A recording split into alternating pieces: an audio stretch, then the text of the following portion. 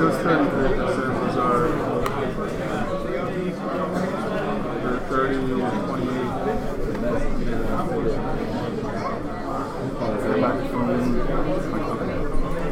Should be alright. We got the camera there.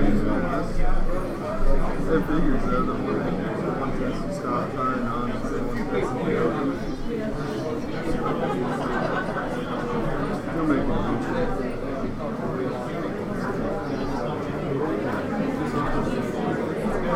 Huh? I believe it's gonna be. We only got third class, current time.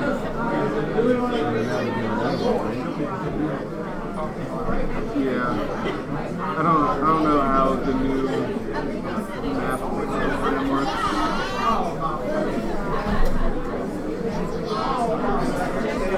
With our reduced numbers, they don't get any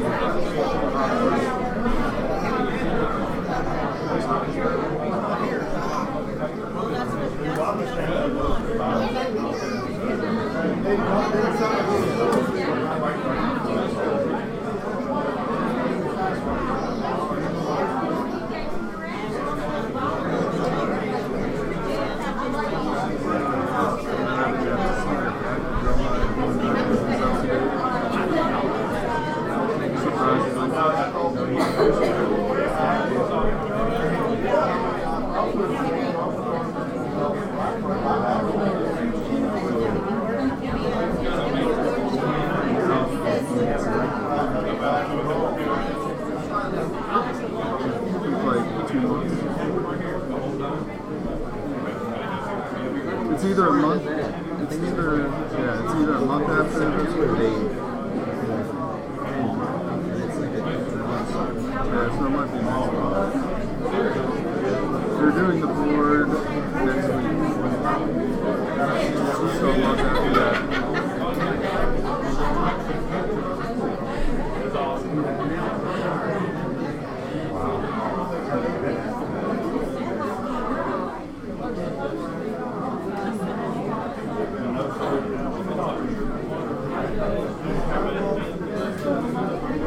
I should just drove out last night.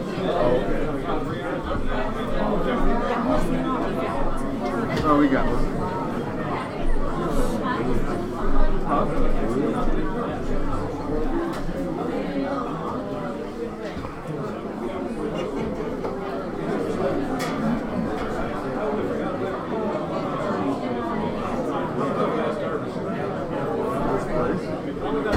I think they bought over there.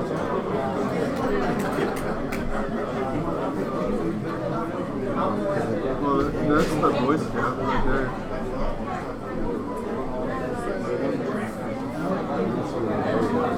Yeah. That's a Boy Scout.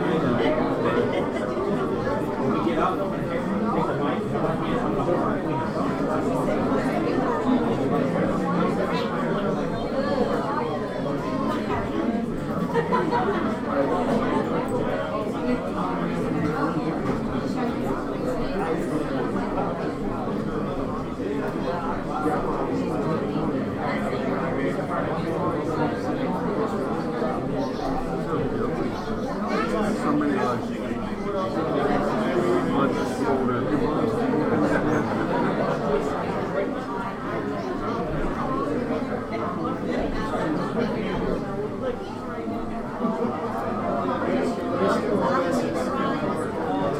They're lined up on the sides. Yeah.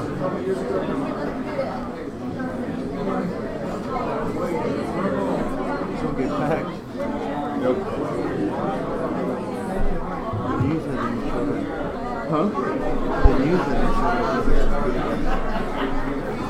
I think that's him right there.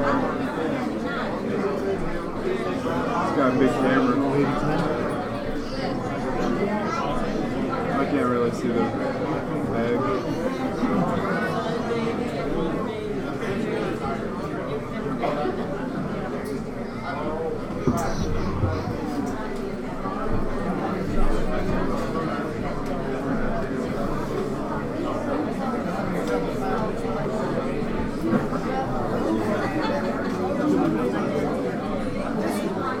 I'd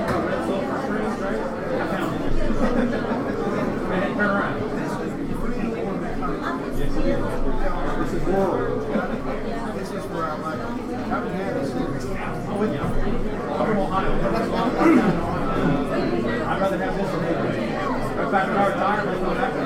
What else go there?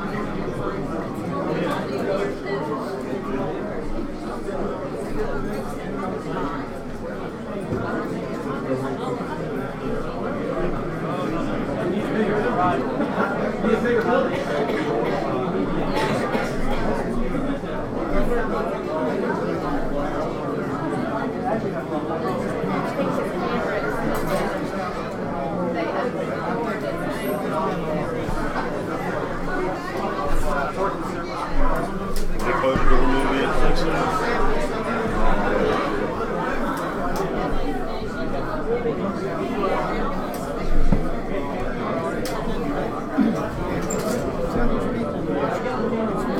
What is this? Speaker, microphone for that. And we can probably ship it over there. Yeah.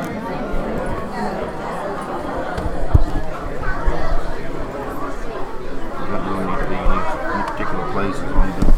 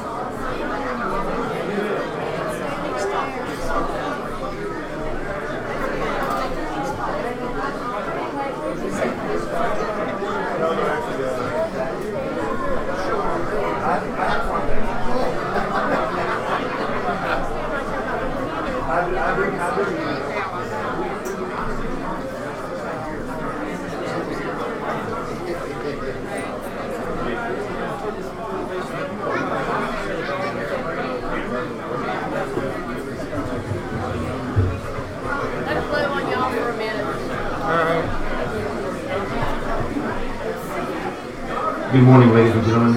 Please take your seats in preparation for the start of today's ceremony. Please silence all cell phones and electronic devices for the duration of the ceremony.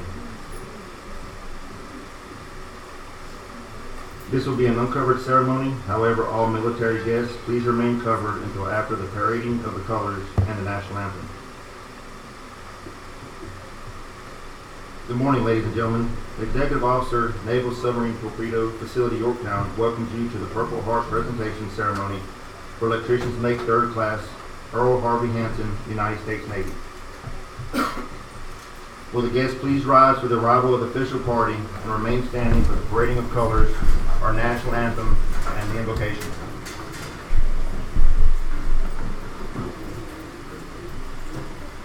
Petty Officer Earl Harvey Hanson, arriving.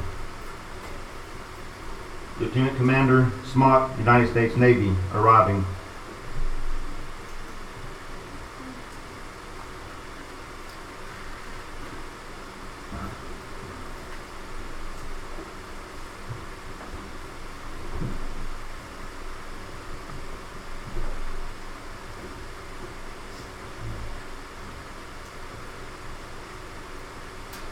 Color Guard, parade the colors.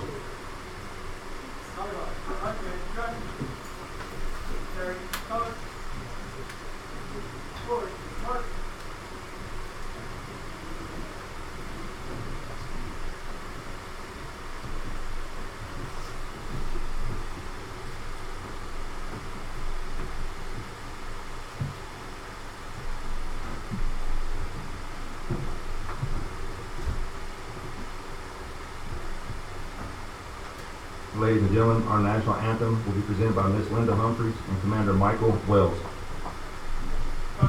Color.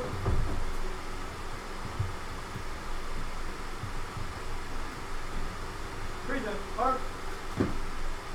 Oh, say, can you see by the dawn's early light what so proudly we hailed at the twilight's last gleam, whose broad stripes and bright stars through the perilous fight o'er the ramparts we watched were so gallantly streaming, and the rockets red glare, the bombs bursting in air, gave proof through the night that our flag was still there. Oh, say does that star-spangled banner yet wave o'er the land of the free and the home of the brave? Order. Mark. How about this? Forward. March.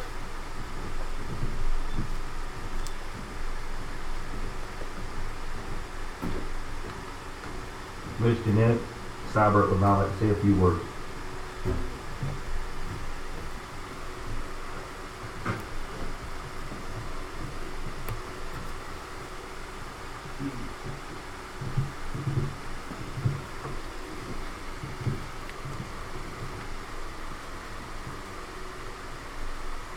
First and foremost, I want to thank my papa for his service and all the servicemen here today. Papa has been my pal since I could walk and talk. The first child and grandchild that went to his room and said, "Pa, why's you's pal?" and got into bed with him and slept the night. He said, "I fell asleep before my head hit the pillow." Papa is our foundation of our family. He's the most gentleman. He's kind, he's compassionate, he's loving, he loves his family dearly. Our nanny is here with us today, watching over us, though she's not here in person. But I know she'd be so proud of my papa and say, "He's done it again. He's the center of attention again."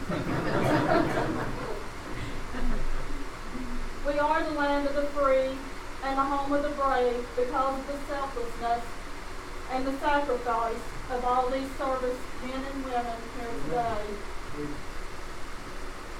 I would like to take the time and thank the following people that helped make this great honor and event today. It's made it possible in a very short time frame, and when I mean short, 3 weeks. Lieutenant Commander Jack Smock, Chrissy Smock, the servicemen from the York, yes, Senator Kenny Mann, House of Delegates Roy Cooper, Fox News, WBBA, the Monroe Watchman, the Mountain Messenger, Monroe County JROTC, the VFW, American Legion, Bo Jones, Post 145, Woodman Lodge 315, Bozu Bulletin Club and their members, Todd Sutton, Linda Humphreys, Preacher Dave Spencer, Pastor Otis Huffman, Willie Seibert, my husband, Douglas Mullins Sr., Sharon Mullins, Douglas Mullins Jr., Morgan Mullins, Patrick Mullins, Beatrice Armel, Judy Mullins, and Spartanburg, South Carolina, Southeastern Printing Company. Thank you.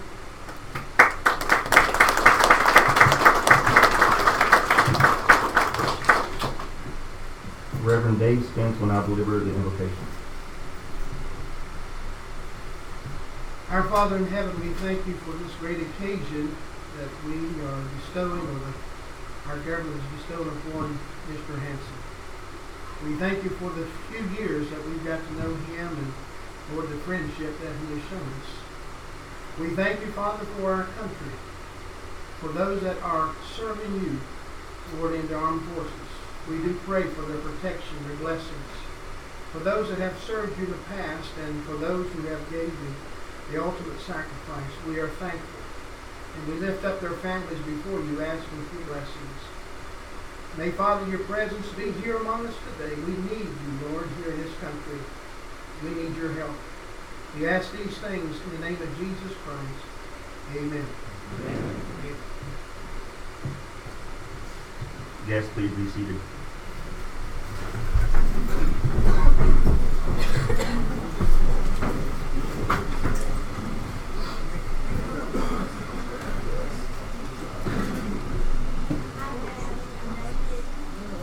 The Purple Heart ceremony you will witness today is steeped in tradition and dates back to 1917. It is the Navy's way of expressing appreciation and respect to our wounded service members. The Purple Heart is the United States Military Combat Decoration awarded in the name of the President to those wounded or killed while serving on or after April 5, 1917 with the U.S. military. With its forerunner, the Badge of Military Merit, which took the form of a heart made of purple cloth. The Purple Heart is the oldest military award still given to the U.S. military members, the only earlier award being the obsolete Fidelity Medallion. The National Purple Heart Hall of Honor is located in New Windsor, New York. It is a sincere and official recognition of a faithful and honorable service in the line of duty. This is a day of great significance, marking the recognition long overdue of an American hero, living and working aboard ships in the greatest navy in the world, sailing the world's oceans in defense of freedom. Shipmates past and present are in attendance today. Highlights of Petty Officer Hanson's service will be reviewed with awards and commendations cited. The ceremony will conclude with a presentation of the Purple Heart Medal. During today's ceremony, Petty Officer Hanson will be presented with mementos recognizing and expressing the nation's appreciation for his devoted service. The United States flag that will be presented to him holds special significance. Each Navy Day begins with a ceremony of hoisting colors at 0800 and ends with lowering them at dusk. He has lived honorably under its folds day and night for his admirable service. The salutes in its honor at home and abroad, its appearance at sea and in foreign ports, the careful and ceremonious way in which it is handled, all deepen its hold on hearts and memories. It is a visible national symbol of the country he has served with honor, and will always remind him of the precious freedom he has defended so well. Ladies and gentlemen, it is my privilege to introduce today's guest speaker, Lieutenant Commander Jack Smock, who will give a short review of EM3's service, the ship he served on, the USS Rich, DE 695, and the events on June 8, 1944 that have gathered us here today. Lieutenant Commander Smock is a local homegrown service member, having grown up here in Red Sulphur Springs, West Virginia, and graduated from Peterstown High School in 1986. Jack joined the Navy in March of 1991 and has enlisted sailor and received a commission in February 2006 as a submarine ordnance limited duty officer. He has made 19 strategic target patrols aboard 4 different submarines and tended 5 different submarines on a submarine tender. He has held positions of weapons officer, nuclear weapons security officer, and deputy program manager for nuclear Tomahawk missiles. He is currently serving as a Naval Submarine Torpedo Facility, Yorktown, Virginia executive officer. Lieutenant Commander Smock resides in Hayes, Virginia with his wife Chrissy. Ladies and gentlemen, Lieutenant Commander Jack Smock.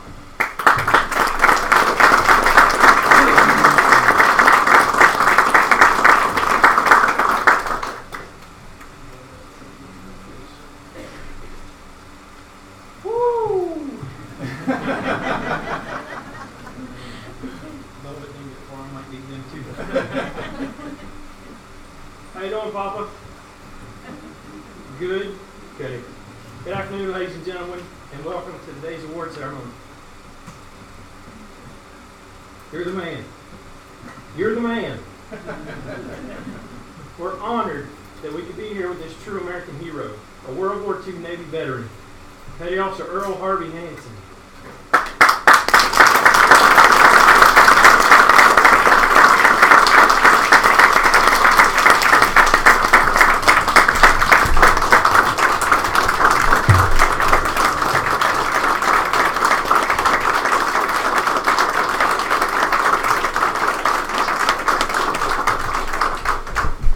We didn't know you was bringing your fan club, sir. We didn't know you were bringing your fan club. Welcome to all the family and friends that are gathered here today. I'd like to extend some warm welcomes to our distinguished guest, our West Virginia State Senator for District 10, Mr. Kenny Mann. Thank you, sir, for being here. As well as our West Virginia House of Delegates for District 28, Mr. Roy Cooper. Welcome, gentlemen.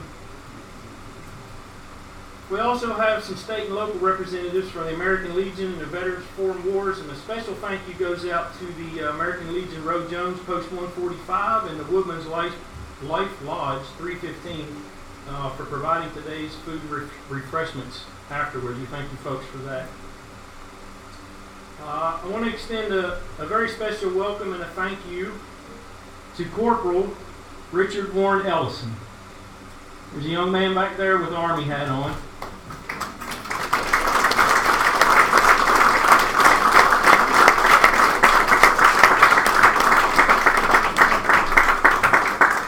Corporal Ellison entered the United States Army on September 22nd, 1944, and he started a journey in early February 45 that landed him in Okinawa on May 1st, 1945, with the 383rd Regiment of the 96th Division. They're the Deadeyes. If you don't know what that means, you look it up when you get home. It's pretty interesting. He was discharged on November 11th, 1946 at Fort Bragg, and I just learned that him and his wife had been married for 73 years.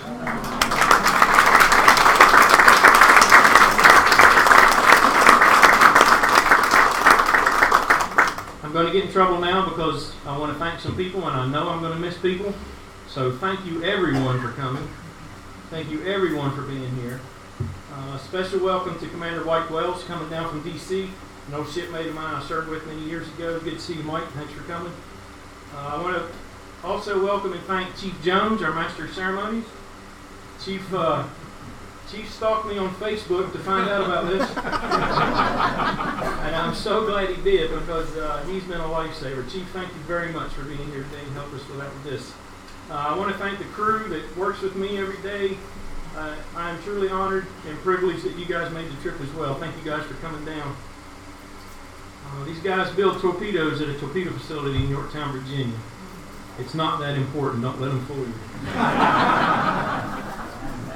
I want to thank the James Monroe JRATC for being here and presenting our colors today. Thank you, ladies and gentlemen, for doing that for us. It was awesome. I want to thank Miss Linda Humphreys. Thank you, ma'am. That was beautiful. And you too, Mike. And I also must thank my wife, Chrissy.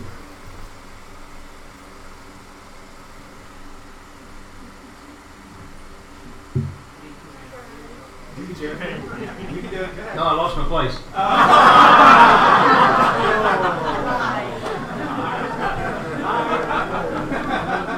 Thank you, Chrissy for putting up with me for 27 years, but especially these last 2 weeks while I studied to put this together. You see, I have well exceeded her limit of World War II history. I could not have done this without you, babe. Thank you so much. I love you. I would be remiss if I didn't thank Miss Sharon Mullins, Miss Jeanette Seibert, and Miss Beatrice Ormel for inviting me and giving me this great honor and opportunity to participate today. What an honor. Thank you. I feel a little unworthy. I feel like there are many here today much senior than me. There are many here today with many more credentials than me, even more deserving than me, to present this award to Mr. Hanson. And to all those personnel, I would say, I'm sorry, I'm still doing it.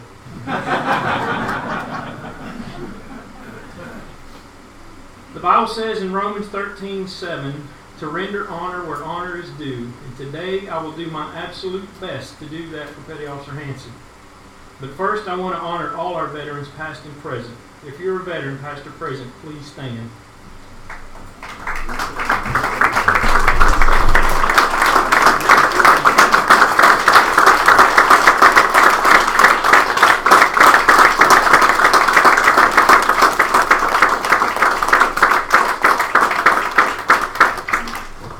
Awesome group to be with today, huh? When Jeanette asked me how to make this happen for her papa, I honestly never thought it would lead us to here. You see, this was supposed to take place in his living room. I wasn't sure how we were going to do it, but I knew I had to make it happen. You see, my uncle told me a long time ago, never tell anyone you don't know how to do anything. You ask them how they want it done and you just make it happen. So to Jeanette, we're going to make it happen. Okay, why we're here. In the slideshow presentation I'm going to share with you, we're going to go on a journey together. We're going to try to relive some of the few of many footsteps that Petty Officer Hanson made so many years ago. I was able to find first-hand accounts from fellow shipmates of Petty Officer Hanson. I found written accounts of fellow survivors that was on the ship with him that day. And I even found the official lost ship report submitted by the ship's captain to the Secretary of the Navy, and it is highly detailed. I even found the letter that Petty Officer Hanson wrote 20 years ago, his own personal recollection of the events on June 8, 1944. Next slide, please. Petty Officer Hanson was born in Cornstalk, West Virginia in January 1922. And yes, I know where Cornstalk, West Virginia is. Now. In 2015, if you drew a 10-mile circle around Cornstalk, West Virginia, you would find 5,091 people lived there. In 1922, that circle would be much, much, much, much, much larger. Only 9 months after the attack on Pearl Harbor, September 21st, 1942, Mr. Hanson married Miss Thelma Virginia Dancy. And 3 days later, he answered the call for his nation. Talk about a short honeymoon. Mr. Hanson put his family on hold and he joined the Navy. He attended a 6-week boot camp in Jacksonville, Florida. Something tells me going to boot camp during World War II would be a little bit different than what we went through today. I'm sure he spent a lot less time folding underwear and more time on survival at sea. After boot camp, Petty Officer Hanson was assigned to guard unit as a station escort for 1.5 years in Jacksonville. The whole time he thought to himself, why am I here? Navy men belong at sea. Next slide, please. One day, Mr. Hanson was reading a bulletin board. He found an ad which read, electricians needed. So he took a short electronics course. He tested and was promoted to electrician's mate 3rd class.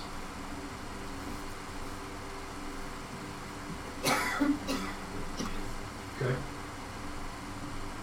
Come on up. They want you to see the show. You are the show.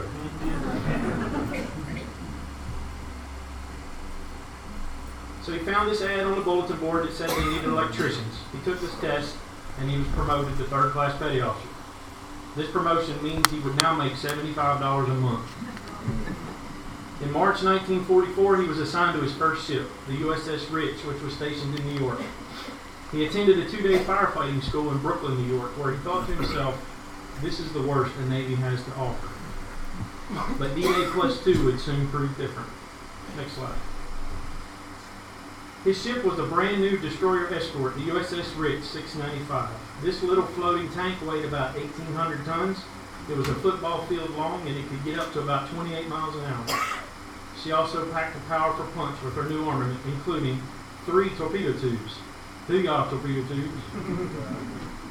The keel was laid in March of 1943 and launched on June 22nd and was commissioned as a U.S. warship on the 24th of September 1943, exactly 1 year after Petty Officer Hanson joined the Navy.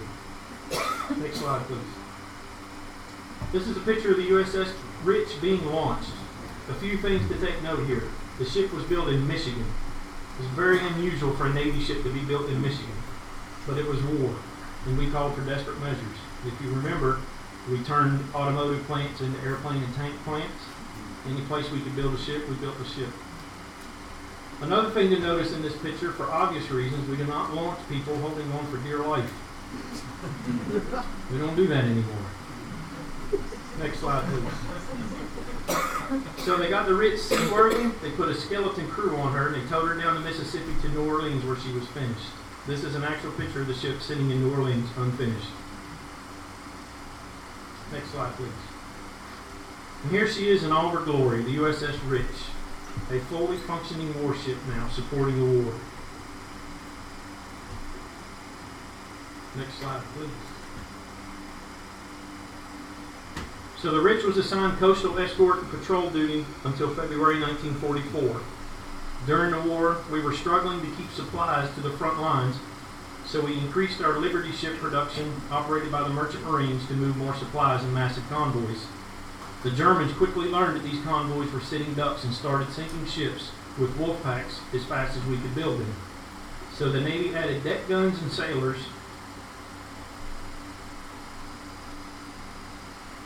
I lost my place again. So the Navy added deck guns and sailors to these ships, and they added Navy escorts to these convoys. There's something incredibly interesting about this to my family. My father was grandfather was one of those Navy men on those ships that you, Petty Officer Hanson, were providing escort to. The guns on the Rich, So Petty Officer Hanson on the Rich was assigned to transatlantic escort duty, and they completed 3 round-trip crossings by May 1944. Petty Officer Hanson was on board for those last 2 crossings. On May 10th, 1944, the Rich departed New York in escort of a convoy going to Britain in what would be her last transatlantic North convoy. I heard many stories about these crossings from my grandfather, who was the direct recipient of those escorts that you provided, Papa. Thank you. Next slide. I'm not going to lose my place anymore. On May 23rd, 1944, the Rich arrived in Londonderry, Ireland, and awaited her next convoy back to the U.S. And just like a scene out of the old World War II war movies, the shore patrol had to round up the crew of the Rich and get them back to the boat immediately. Another destroyer had broken down, and the Rich was given her assignment. This assignment was the Normandy Invasion, and prepared for Operation Neptune, the Navy's phase of the invasion in Normandy. So the Rich left Ireland and arrived in Plymouth, England on June 4th, and was assigned escort to the battleship Nevada, the same battleship that received great damage and beached itself to present blocking the harbor during the attack on Pearl Harbor just 3 years prior. The battle group was delayed by weather and sailed to France on June 5th. Next slide, please.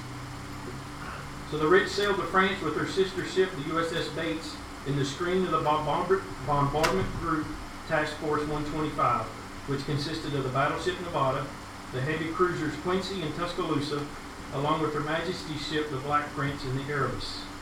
Next slide, please. Here we can see the area assigned to Task Force 125, the U-Force. We can also see the batteries assigned to each ship between the Utah Beach and the bombardment group. There's 8 destroyers assigned to provide the screen.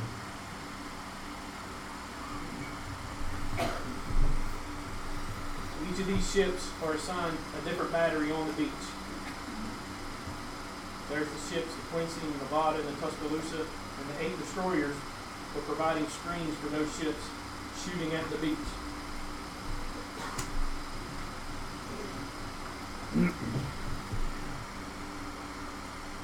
Next slide, please. On D-Day, June 6, 1944, and the 2 days to follow, the Rich screened naval gunfire support ships off of Utah Beach as they laid down fire support for the troops trying to land on Utah Beach. The Rich laid down smoke screens which foiled an attack by a German submarine, but the destroyer Corey was hit about 500 yards to the stern of the Rich, and she went down. Next slide. This is an actual picture of the Corey. The Corey was lost with 24 of her crew and 60 were wounded. Next slide, please. Again on June 6th, a German plane made a run at the Rich, but they were under strict orders to hold their fire and not give away their position. A torpedo from that plane fell across the fantail of the Rich, only missing her by 10 feet. The destroyer Meredith, however, was hit and later sunk in this attack. Next slide. This is an actual picture of the Meredith. She broke apart when they were trying to tow and sank. 7 of her crew were lost and 50 were wounded. Next slide. A German aircraft in an attempt to drop a bomb on the battleship Nevada. It fell short and dropped to the Rich's port side, missing her by 100 yards. The bomb fell in the center of a Higgins boat. 27 men died before they reached the sandy shores of Utah Beach. D-Day had ended early for them. Next slide, please. That's an example of what a Higgins boat was. Next slide.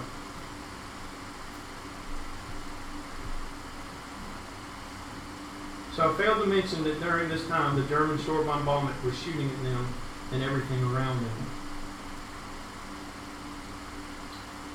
June 7th, the battle raged on. The crew was more scared than the day before. They were running on no sleep, no food, and a few drops of coffee since the 5th. They were running on fear and adrenaline. The fighting didn't stop when the sun went down and created even more fear, only seeing lights and flashes, hearing the bombs, not knowing if you were going to get hit by a bomber, the submarine, the shore batteries, hit a mine, and all while hearing the fighting sounds of war on the shore. You see, they were always within 5 miles of the beach. They were always within gun range of the beach. In all 50 miles of the Normandy beaches, there were over 5,000 naval vessels, all having the same exact thoughts. Next slide. Next slide. Next slide. Next slide. On the morning of June 8th, the Rich survivors would later refer to this as D-Day +2. Soon after 0845, the Rich was ordered to proceed to assist the destroyer Glennon, which had hit a mine.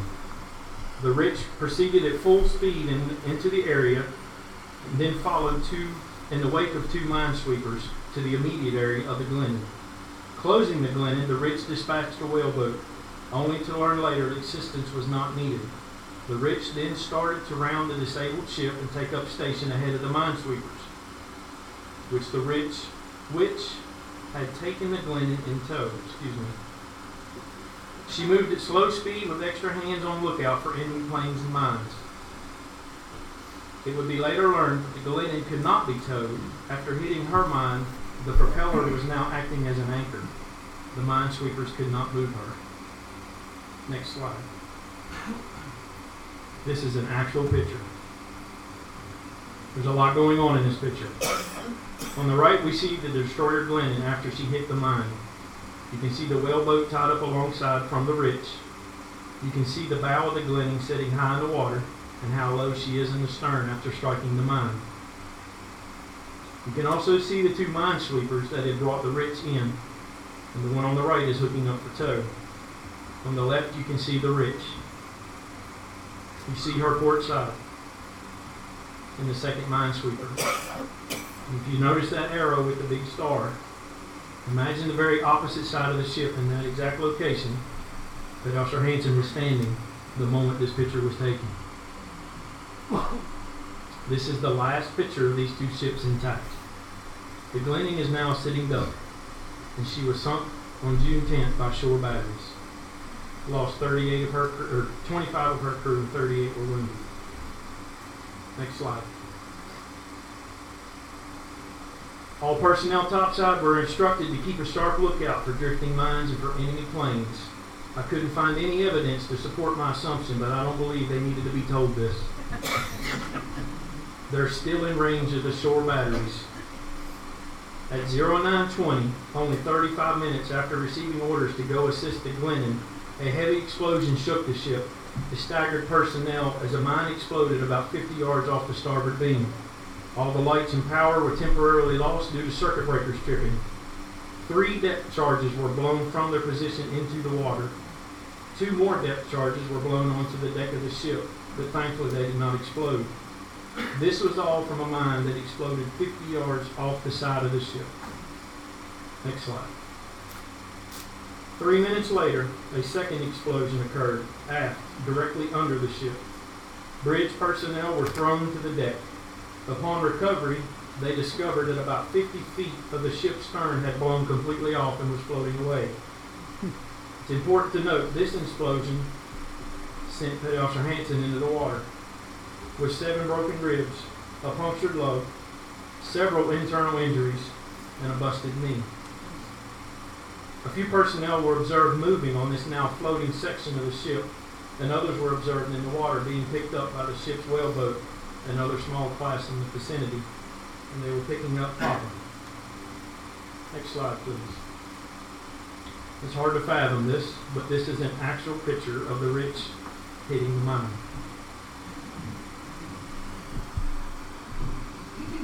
This is the ship. This mine exploded about 50 yards off her beam.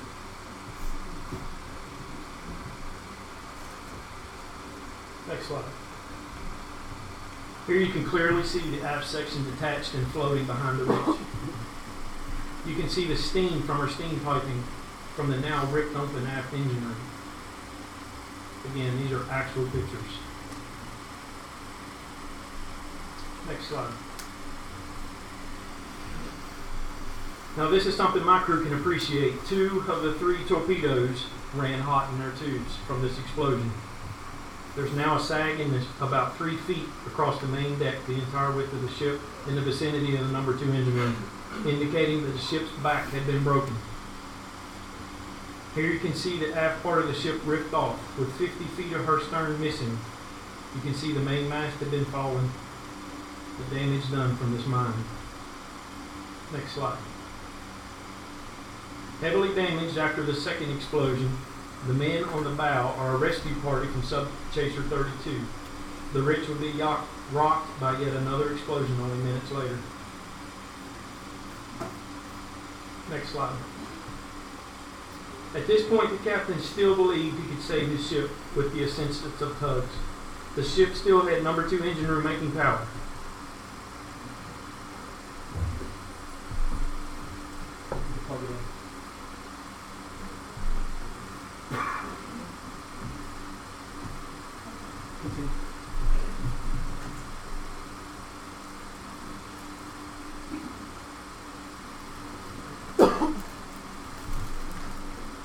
I lost my place.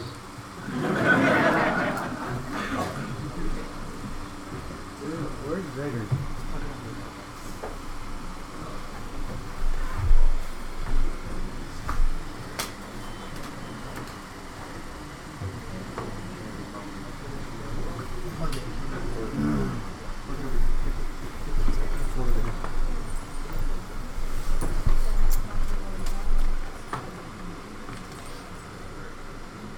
Yeah, this one's on.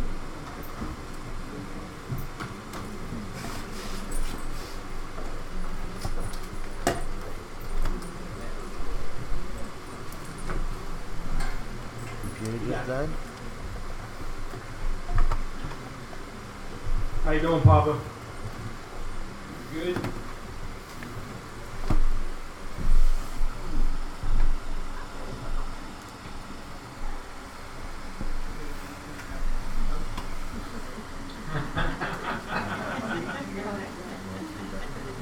This is why we put reactors on ships now. Take the power with us. That's right. Good work, Chief. I don't build torpedoes, I fix computers. That's what I do.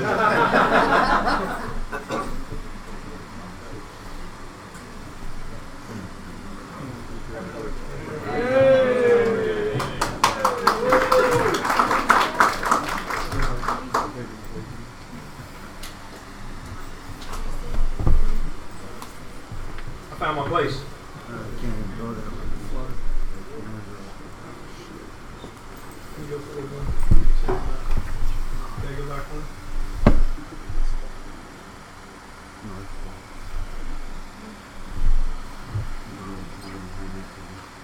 Okay, at this point the captain still believed he could save the ship with the assistance of tugs. The ship still had the number 2 engine room making power, as you see the smoke coming from the stack. Next slide. About 2 minutes later, a third explosion occurred. The mine exploded under the aft machinery room. The bow drooped forward just after the number 1 3-inch 50 gun. The force of the explosion had forced open and sprung doors and hatches, so flooding was now extended forward in the crew's mess and forward of that, and the flooding was extending slowly aft. The ship began to settle slowly by the bow. The forward fire room was secured due to damage and had to be abandoned. The aft fire room lost pressure and was forced to secure. Next slide. Personal casualties were heavy, the force of the explosion having thrown men as much as 50 feet or more, and it was believed that not more than 2 or 3 men forward of the mast survived without severe head, back, and leg injuries. Considering the damaged condition of the ship, and the immediate urgent task began to remove the injured personnel via small craft before the ship should sink. Life rafts were cast loose, attempts were made to hail all the PT boats, British mine layers, and Coast Guard patrol craft in the vicinity. All these vessels sent men and blankets aboard to remove the injured. Next slide. The crew of the motor whaleboat also came aboard after having picked up survivors blown into the water by the explosions. All these worked instinctively to remove the wounded into the small craft that came alongside, and left only when the ship started her final plunge. It was estimated very roughly that the ship floated for about 15 more minutes and started her final plunge, slowly by the bow, but gathering momentum and turning onto its starboard side as it settled. Men who had been working to remove the injured stepped off with the last injured man as the deck went under. Next slide. I believe this was Petty Officer Hanson's general quarters station as the number 5 anti-aircraft loader on the starboard side. Next slide. Of the 215-man crew, 92 were killed, 62 were missing, and 61 were wounded. Next slide. The USS Rich's final resting place is 4.8 miles from Utah Beach in less than 40 feet of water. There is a marker on the beach pointing in the direction of the Rich. There is also a propeller placed as a memorial of the Rich northeast of the Rich's final resting place. It should be noted that salvage operations were later conducted and ammunition, guns, and supplies were salvaged from the Rich. Next slide. These are words from Mr. Hanson's personal letter he wrote 20 years ago. I remember the stern being blown off, steaming torpedoes, and the second mine that cut her in two. I also remember being transferred to an LST, to a railroad car, to an army ambulance, and to a hospital. I think it was in Wales, and was the 82nd General Army Hospital. I had 7 broken ribs, a punctured lung, internal injuries, and an injured knee from the concussion. I was treated real well by the Army doctors. I was in this hospital until the end of July. They gave me a soldier's uniform. Next slide. I remember putting it on and trying to tie it like a Navy neckerchief. The soldiers got a good laugh out of that. I was put on an Army hospital ship, the Wisteria, and transferred to Charleston, South Carolina, to a hospital.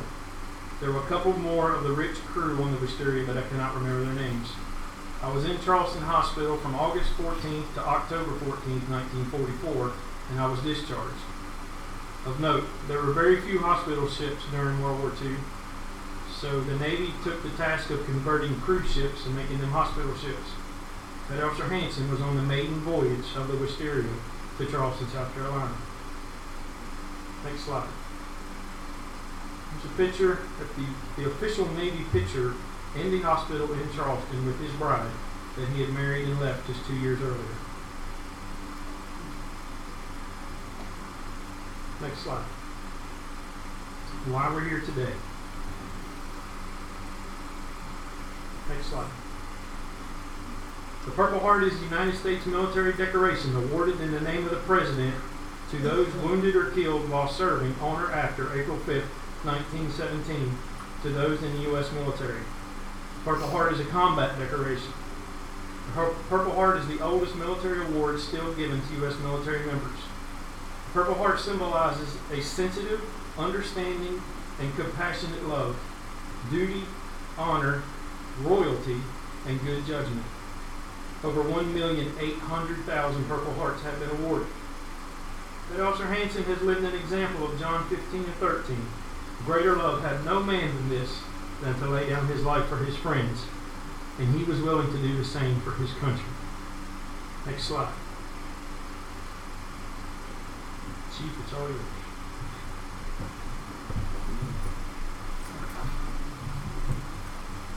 So I'll give a hand for our Lieutenant Commander spot.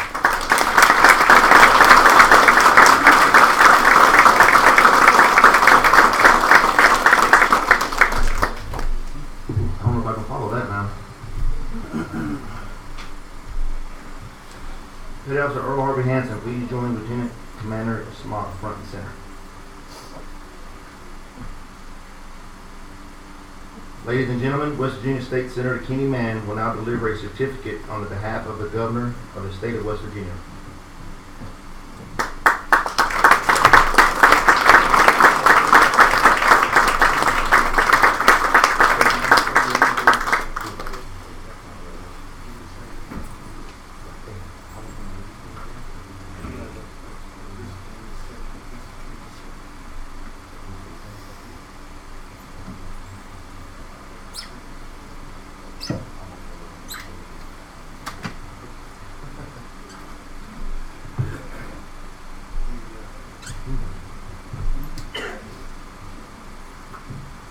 Good afternoon, and it's an honor and a privilege to be here with you all this evening.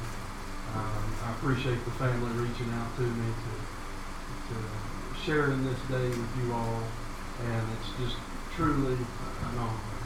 I can't say how proud I am to be here. I never had the honor and privilege to get to know you, Mr. Hanson, but I truly appreciate your service to this country.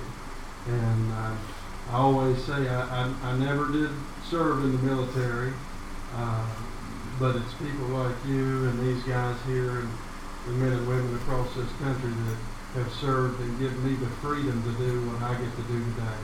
And I greatly appreciate that. And I know that we're living in a time of trouble. That I do believe that the devil is definitely on the prowl, but I truly believe that our Lord and Savior is in control. So on behalf of the West Virginia State Senate and its 34 members, I want to present you this citation for your unbelievable, dedicated service to your country.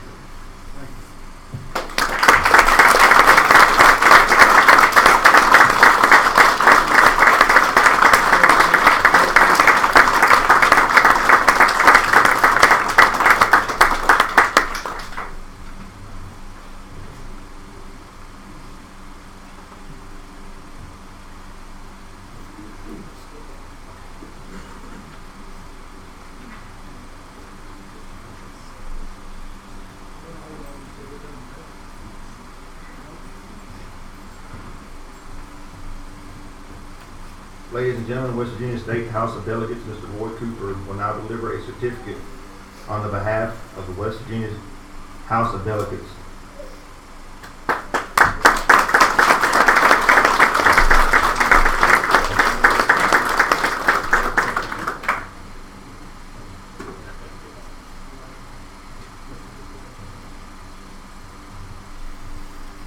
Earl H. Hanson was born in the Hubbard community of Greenbrier County in 1922. He had married the former Thelma Dancy from Hugart shortly after the Second World War began. When he was 22 years old, he joined the U.S. Navy and was assigned to USS Rich, DE 695. While serving aboard USS Rich, he was promoted to the rank of electrician's mate 3rd class. On June 8, 1944, USS Rich was on duty off the coast of Utah Beach Quenneville, France, and it was coming to the aid of the USS Glenn, DD 620, when a magnetic mine exploded under the ship. At the time of the blast, Petty Officer Hanson was at the stern of the ship, operating the anti-aircraft guns. The blast threw Petty Officer Hanson from the ship and into the water. Subsequently, 2 more mines would explode and the USS Rich would sink to the bottom at 9:40 a.m. 89 of Earl's shipmates would perish that day. Earl was unconscious and floating in the water when he was rescued by a PT boat. He was taken to another naval vessel where he would regain consciousness. That vessel took him to England, where he spent 3 months recuperating. From there, he was taken to the Naval Hospital, Charleston, South Carolina, for further recuperation, therapy, and evaluation.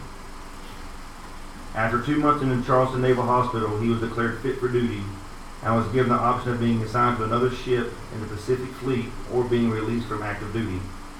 The war was nearly over, so he chose to be released from duty. He returned to Greenbrier County to his wife Thelma. He and his wife would become the parents of 2 daughters, Sharon and Hazel. They would later become grandparents to 5 grandchildren. Earl and Thelma lived in Greenbrier County until 1999, where he farmed and became active in buying and selling of horses. He also operated the horse stables at Watauga State Park from 1963 to 1965. In 1999, they relocated to the Ballard community of Monroe County. He would lose his wife Thelma in 2012, there to cancer, but he still lives in his own home on Pinhook Road in the Ballard community. Today, Mr. Hanson is 95 years of age, and he will be awarded a Purple Heart for those wounds inflicted so many years ago. The date of that award and celebration is June 4th, 2017.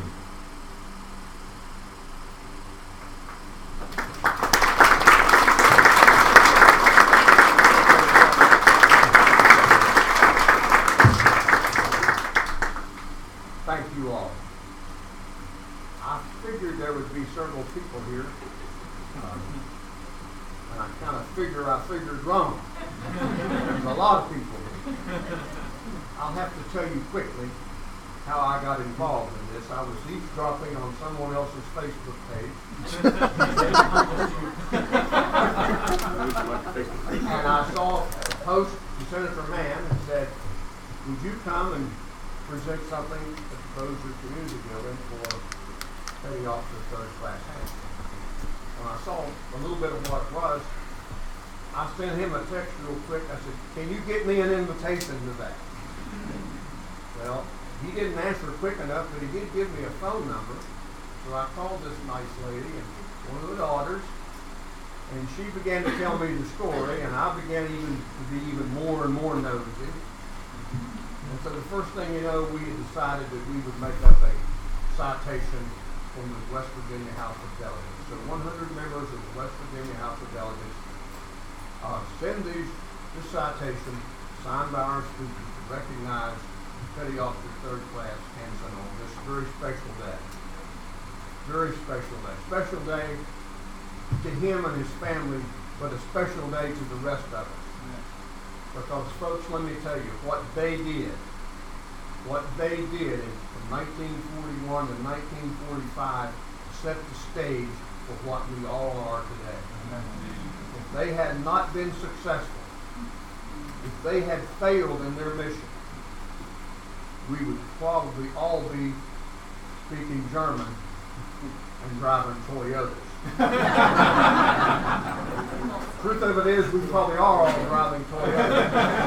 Thank God we're not speaking German, because this world is going the wrong way fast. And if you watch the news from time to time, as I do, we're getting back into that same predicament. And so, as a former Navy man myself, I look around this room and I see all this blue and these pinstripes and all this gold and all this stuff, and I think, man, we're in good hands today. We're in good hands today.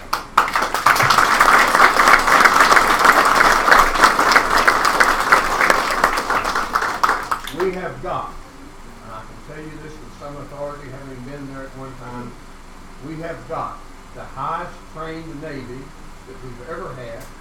They have got the best equipment that they have ever had, and they are led by the finest people that we will ever have. They are this greatest generation. But let's go back to Mr. Hanson, Petty Officer Hanson's generation. Those folks gave their lives, 2,300 of them from West Virginia lost their lives. 2,300. Some of the rest of them got to come home. And they came home and made this country what it is today. We built an interstate system. We built factories. We built homes. We bought and traded and sold, and we become the most powerful economic force in the world. Thanks to the greatest generation, of whom Mr. Hanson is a very big part of. And I salute him every moment. I could not miss this. I could not miss this. Having a couple of uncles who survived World War II, these folks have always been my pick of all the armies, the World War II Army and Navy. Because we did what was going to be impossible. As the Lieutenant Commander pointed out, we even built ships in Michigan of all places. Would you all know that Ford Motor Company built an airplane in World War II? They really did. We did it, and we may have to do it again someday in the future. So look through the news. And I'm proud to say we are ready. We're going to be ready to do that. Before I sit down and shut my big mouth, I need to recognize a couple of people. First of all, Delegate Ambler came in. Delegate Ambler represents Greenbrier County. Look at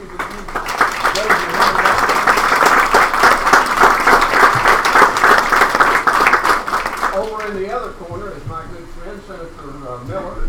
He represents the other senator in the Greenbrier district.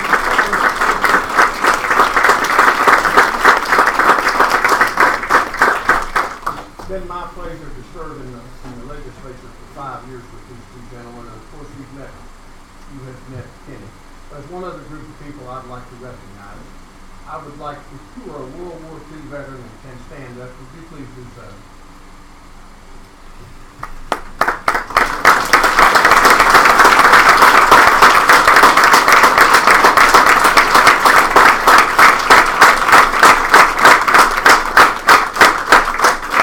Thank you, Mr. Ellison. I thought I'd seen one more. No, thank you. Thank you, sir. And that's what I hope we're doing here today. We're thanking all the veterans, but we're especially pointing out that even 50 or 70 years later, we still get around to rewarding those who put their life on the line.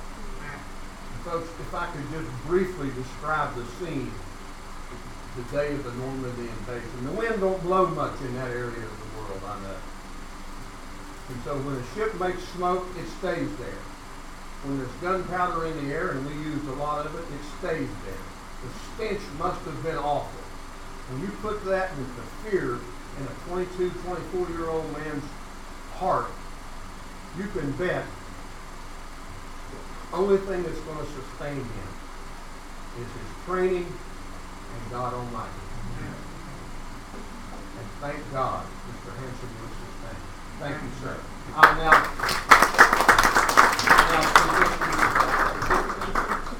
thank you, sir. Thank you. And I had 3 of them made up because I knew the 2 daughters would fight over it. So I just had them one made up. Thank you.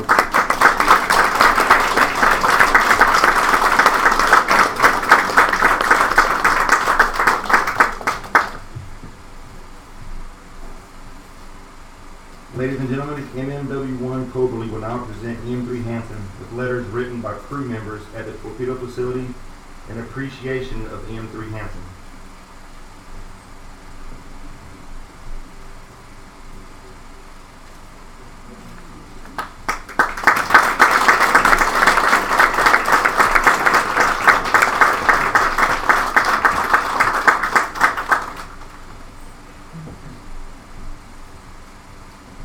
Papa, you come work for me.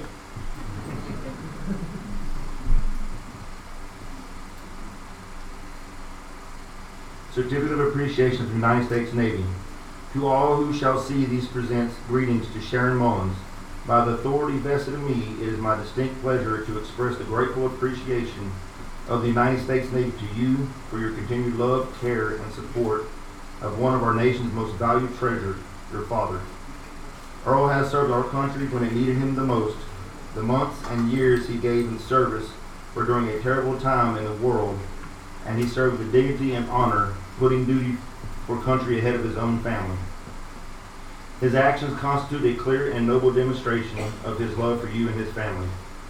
You see, he left in order to ensure that you inherited a safer world, a surer place.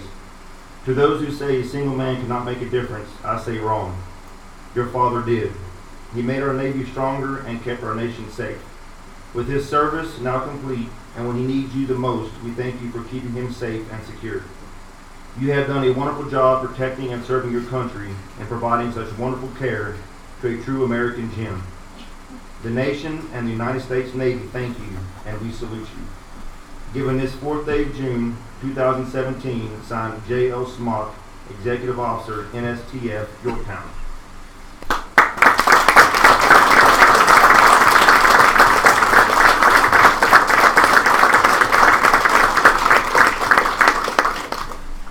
Ladies and gentlemen, Torpedo Chiefs Darnell Hanson and Parker Word will now present EM3 Hanson with a flag flown at Navy Submarine Torpedo Facility, Yorktown, Virginia.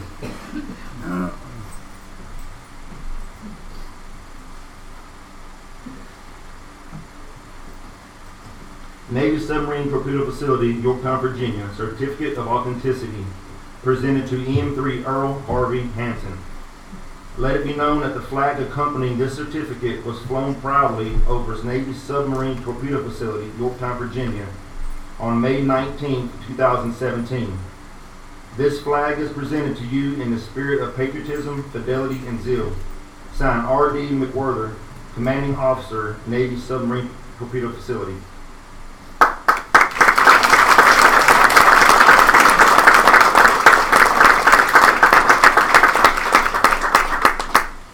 The flag box was built by Chief Ward and presented on behalf of the Wardroom and Chief's Quarters at Navy Submarine Torpedo Facility, Yorktown, Virginia.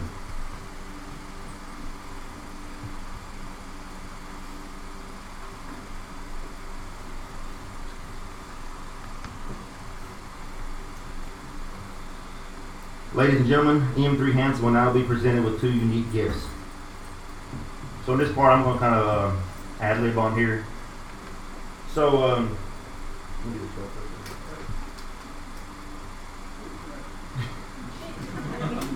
so I did a little bit of reading on the history as well myself. I served on the USS Bulkley DDG-84 from 2009 to 2011.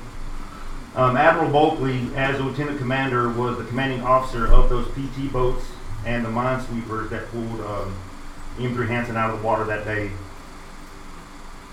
Admiral Bulkley was also, if you don't know, he was a Medal of Honor winner for the same PT boats going to the Philippines and pulling General MacArthur off those islands during the war. What's being presented right now is a 5-inch shell that was fired from Mount 5-1, which is on the forecastle of the USS Bulkley. And it's inside, you can't see, there's a command coin that they embedded inside the shell.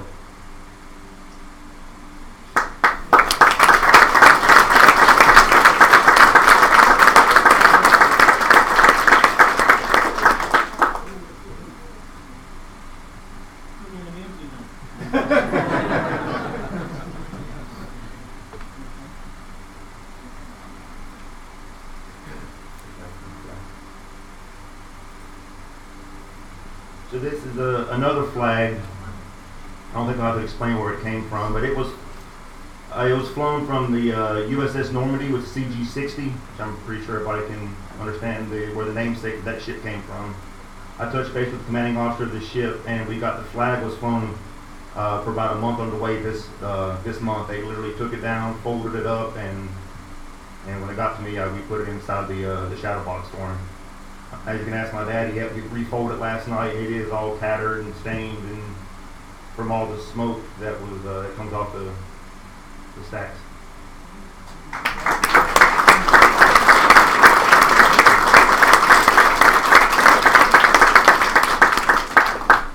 So the United States Navy Ensign presented to EM3 Earl Harvey Hanson. On behalf of your many shipmates, including those who have gone before you, it gives me great pleasure to present you with a symbol of our Navy and our country, the United States National Ensign. The flag which you have so proudly served and so honorably defended. This flag is presented in recognition of your heroic sacrifice during the invasion of Normandy and your dedicated service to the United States Navy. Accept it, protect it, guard it, and always remember that the men and women you have trained, guided, and inspired will follow in your footsteps and defend it with equal pride. The accompanying United States flag was flown on board USS Normandy CG-60 while underway from the 10th through the 26th of May, 2017, and presented on behalf of the grateful crew and nation, signed Derek A. Trink, Captain, United States Navy, Commanding Officer, USS Normandy. That flag box being presented is on behalf of Carrier Strike Group 8 Chiefs Mess.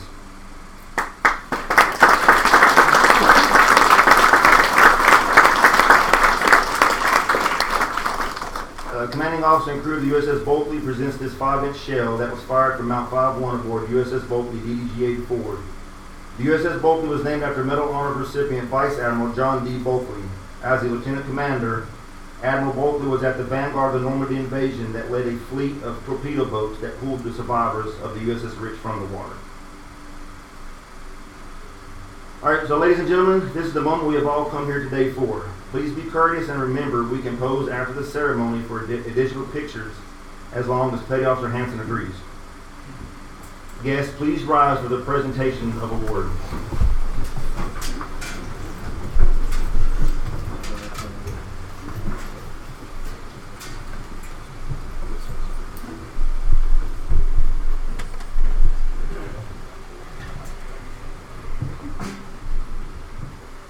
Attention to award. The United States of America, to all who shall see these, presents greetings. Greetings! This is to certify that the President of the United States of America has awarded the Purple Heart, established by General George Washington at Newburgh, New York, August 7, 1782, to Electrician's Mate, 3rd Class, Earl Harvey Hanson, U.S. Naval Reserve, for wounds received in action 8 June 1944. Given under my hand in the city of Washington this 27th day of March 2017, signed Chief of Naval Personnel, Vice Admiral Robert P. Burke.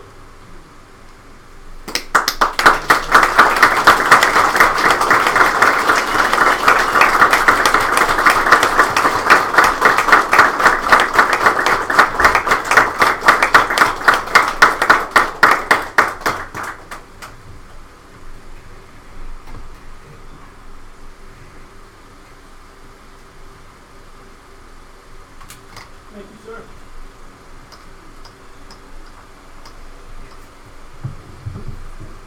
Guests, please be seated.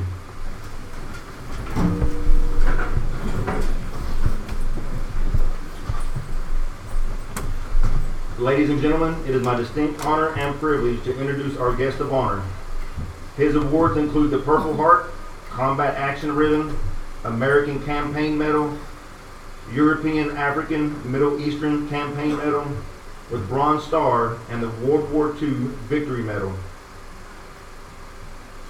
EM3 Earl Harvey Hanson.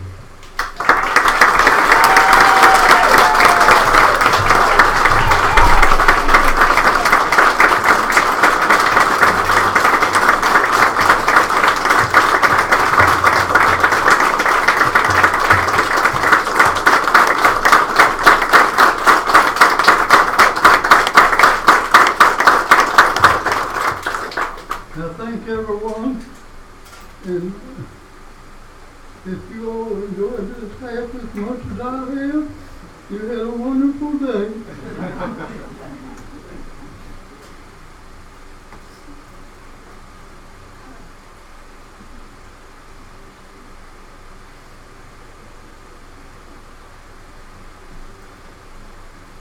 want to talk about your time, Papa? You say anything you want to say? You're done?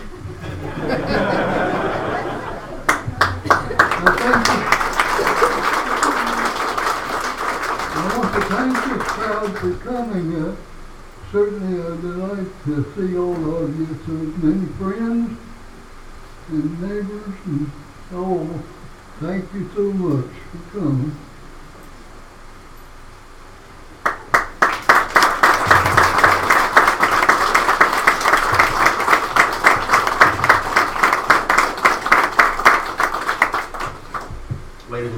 He's already standing. Reverend Otis Huffman will now deliver the benediction.